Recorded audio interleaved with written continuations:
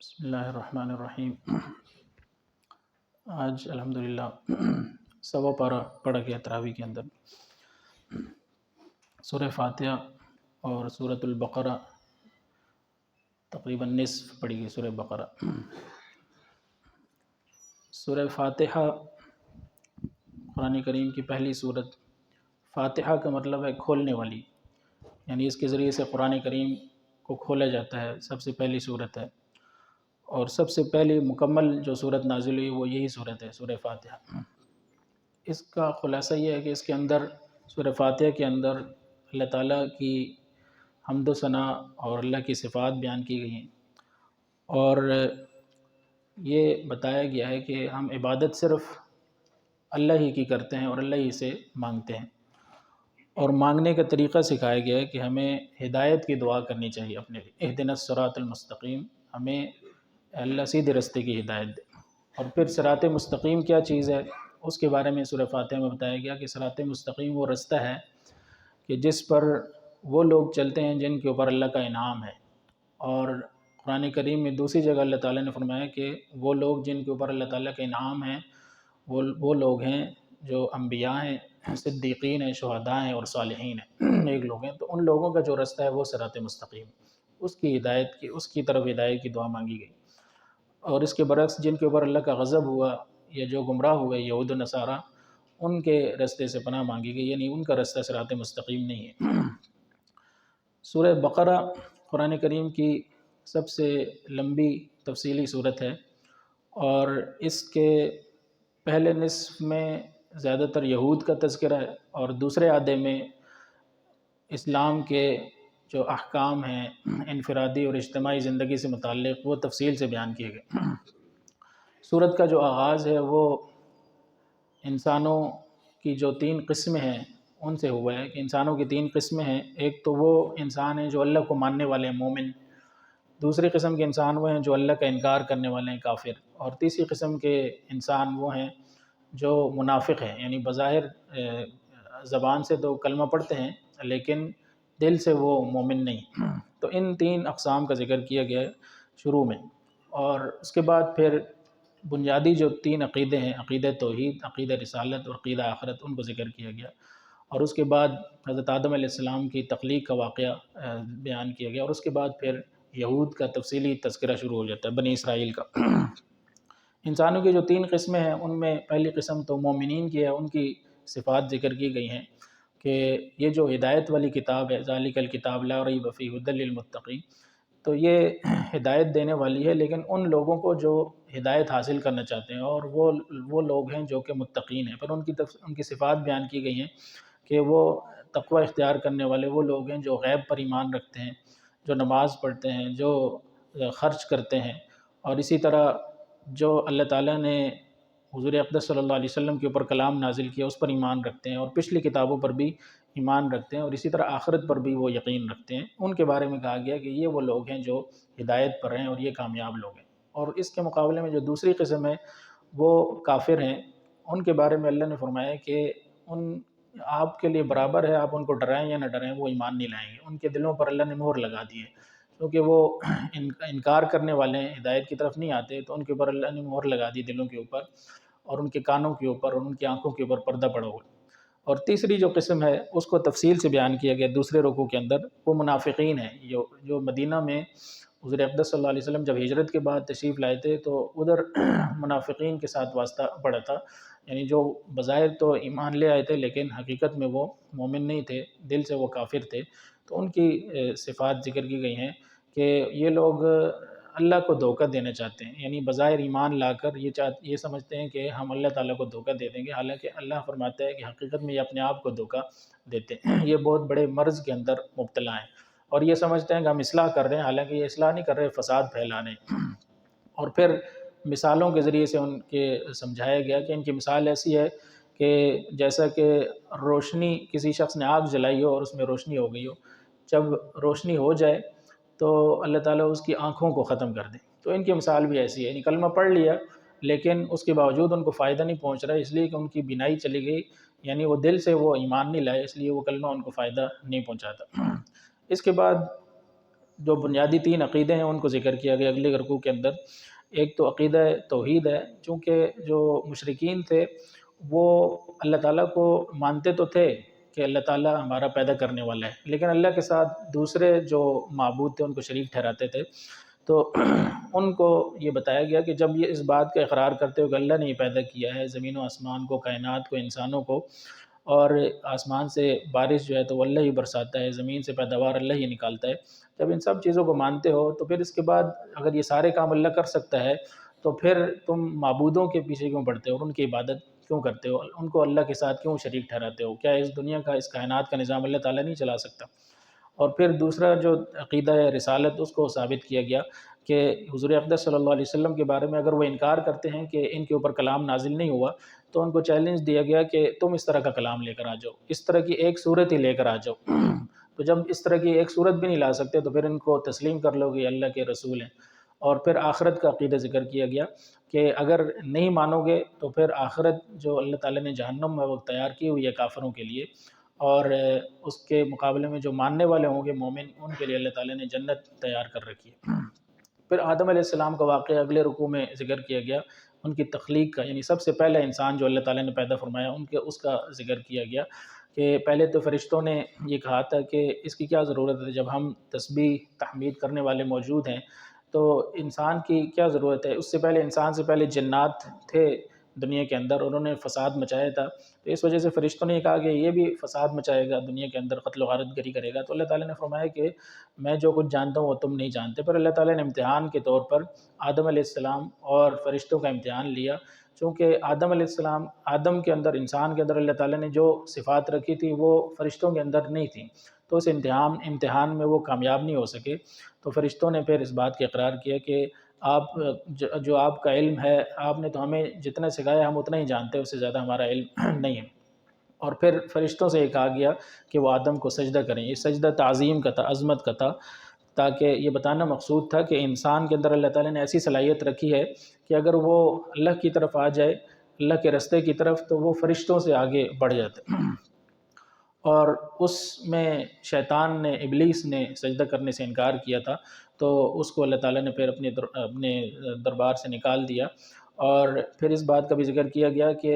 آدم اور حوا اور اسی طرح ابلیس، شیطان کو، ان سب کو اللہ تعالیٰ نے پھر اوپر سے نیچے بھیج دیا زمین کے اوپر،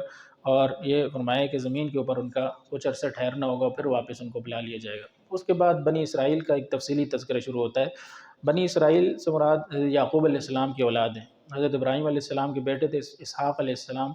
اور اسحاق علیہ السلام کے بیٹے تھے یعقوب علیہ السلام، ان کا نام اسرائیل تھا، ان کی اولاد کو بنی اسرائیل کہا جاتا ہے۔ اور ان کا تقریباً پارے کے آخر تک ذکر کیا گیا، اور یہ ایسی قوم تھی کہ جن کو اللہ تعالیٰ نے بڑی فضیلت عطا فرمائی تھی، ان کے اندر بہت سے انبیاء بھیجے تھے اور ان کو دنیا کا پیشوا بنایا تھا، لیکن انہوں نے اللہ تعالیٰ کی نافرمانی کر کے اس نعمت کو ضائع کیا، تو اللہ تعالیٰ نے پھر ان سے یہ نعمت چھین لی، قیادت کی، سیادت کی، اور پھر وہ بنی اسرائیل کی بجائے بنی اسماعیل کو دے دی گئی، یعنی اسماعیل علیہ السلام کی اولاد میں حضور اقدس صلی اللہ علیہ وسلم کو آخری نبی بنا کر بھیجا گیا، جو قیامت تک نبی رہیں گے۔ تو بنی اسرائیل کے بارے میں، یعنی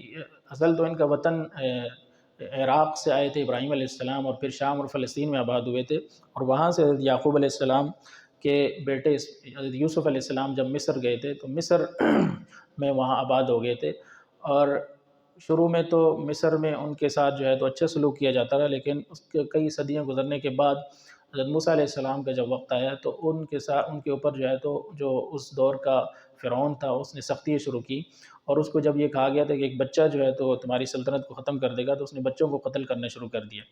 تو اس کا ذکر کیا گیا اس اگلے رکوع کے اندر کہ وہ نعمتیں یاد کرو جو اللہ تعالیٰ نے تمہیں عطا کی، جب فرعون جو ہے تو وہ تمہاری اولاد کو قتل کرتا تھا، تمہارے بچوں کو، اور تمہاری عورتوں کو خدمت کے لیے زندہ رکھتا تھا، تو وہ کتنی بڑی آزمائش سے تم گزرے تھے، اللہ تعالیٰ نے اس سے تمہیں نکالا۔ پھر حضرت موسیٰ علیہ السلام ان کو لے کر بنی اسرائیل کو سمندر انہوں نے پار کیا، اور فرعون کا جو لشکر تھا پیچھے آ رہا تھا اس سے اللہ تعالیٰ نے ان کو بچایا، فرعون کا لشکر غرق ہو گیا، اس نعمت کا ذکر کیا گیا۔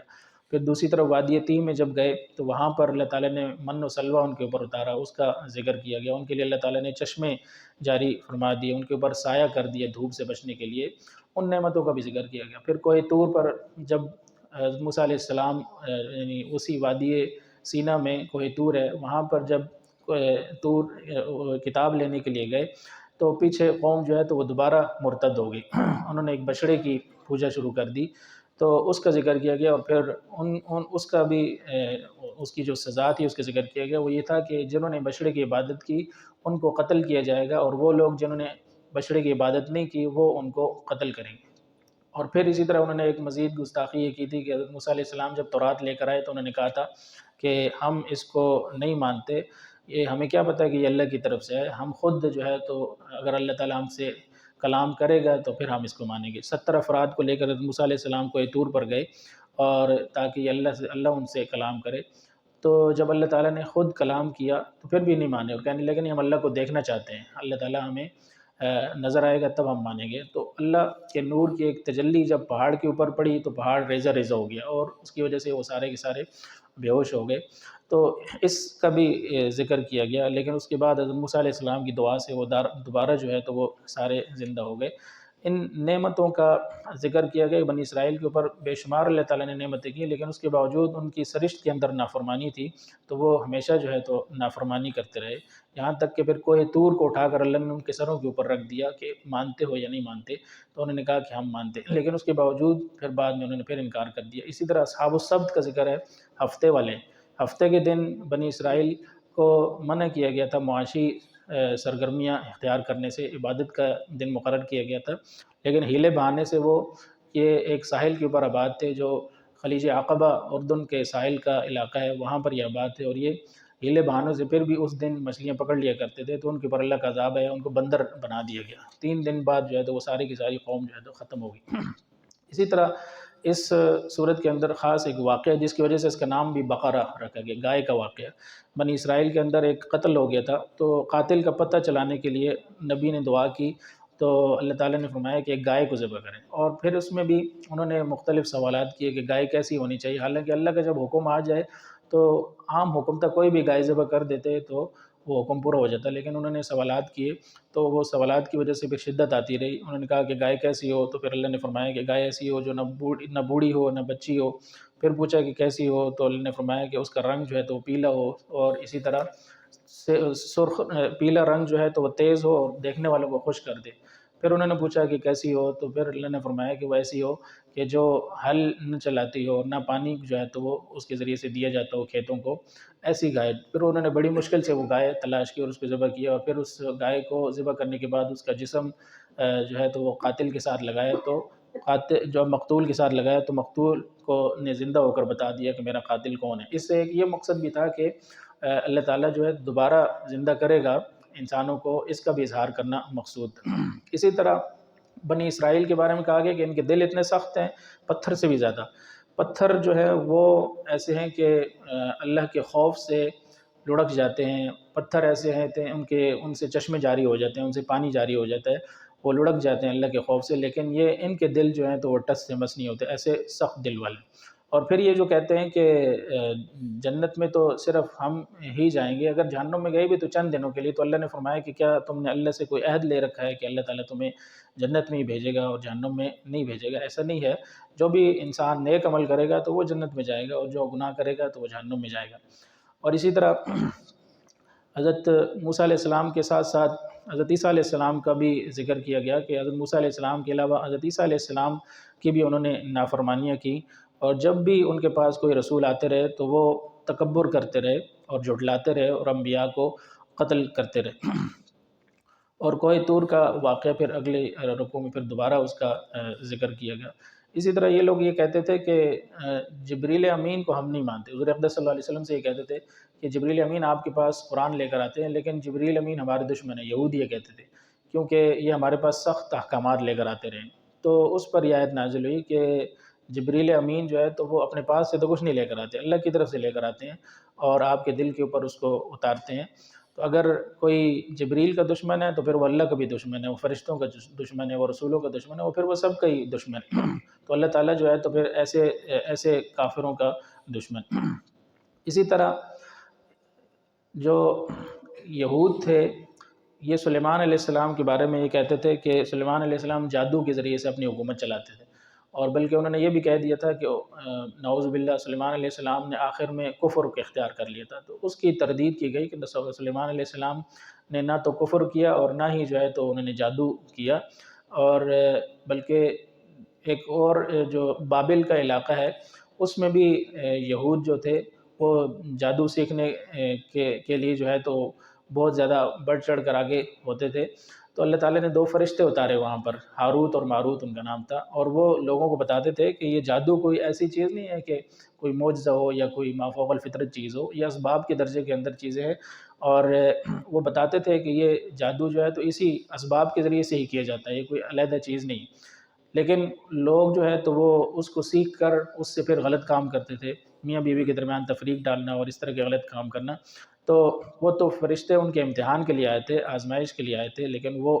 بجائے اس کے کہ وہ اس سے بچتے، وہ مزید اس کا شکار ہوئے۔ اسی طرح اگلے رکوع میں بتایا گیا ہے کہ یہ جو یہود حضور اقدس صلی اللہ علیہ وسلم کی مجلس میں آتے ہیں اور رائنہ کا لفظ استعمال کرتے ہیں، اس سے منع کیا گیا۔ یعنی یہ رائنہ کا لفظ جو ہے تو یہ ایسا لفظ تھا کہ جس سے 2 منظور معنی تھا، 2 معنی نکلتے تھے، ایک اچھا معنی تھا اور ایک جو ہے تو اس کا برا معنی تھا۔ یہود اس سے برا معنی لیتے تھے، تو مسلمانوں کو منع کیا کہ ایسے لفظ نہ بولا کریں جو ذو معنی ہو، جس سے حضور اقدس صلی اللہ علیہ وسلم کی بے ادبی کا کوئی پہلو نکلتا ہو۔ اور اسی طرح یہود اور نصارہ یہ جو کہتے ہیں کہ جنت میں صرف یہی لوگ جائیں گے، تو اللہ نے فرمایا کہ کیا کوئی دلیل ہے تمہارے پاس کہ صرف یہود اور نصارہ ہی جو ہے نا وہ جنت میں جائیں گے؟ تو فرمایا کہ یہ خواہشات ہیں ان کی، تو خواہشات سے کوئی بھی جنت میں نہیں جائے گا، بلکہ یہ فرمایا کہ جو مسلمان ہے وہ بھی خواہشات سے جنت میں نہیں جائیں گے۔ جو مسلمان ہے اور نیک عمل کرے گا، اعمال صالح ہوں گے، عمل صالح ہوگا تو وہ جنت میں جائے گا۔ اور تحویل قبلہ کا واقعہ جو آگے آ رہا ہے قرآن کریم میں دوسرے پارے کے اندر، اس کا ذکر کیا گیا یہاں پر کہ اللہ تعالیٰ جہاں بھی رخ کرنے کا حکم دے دیں تو وہی قبلہ ہے۔ اصل تو اللہ کا حکم ہے، قبلہ جو ہے تو اس کے اندر اپنی ذات میں کوئی تقدس نہیں ہے، اللہ کے حکم کے اندر تقدس پایا جاتا ہے۔ اور پھر اس بنی اسرائیل کے تذکرے کے اختتام پر ابراہیم علیہ السلام کا تذکرہ کیا گیا۔ ابراہیم علیہ السلام کو سارے لوگ اپنا پیشوا مانتے تھے، یہودی کہتے تھے وہ یہودی تھے،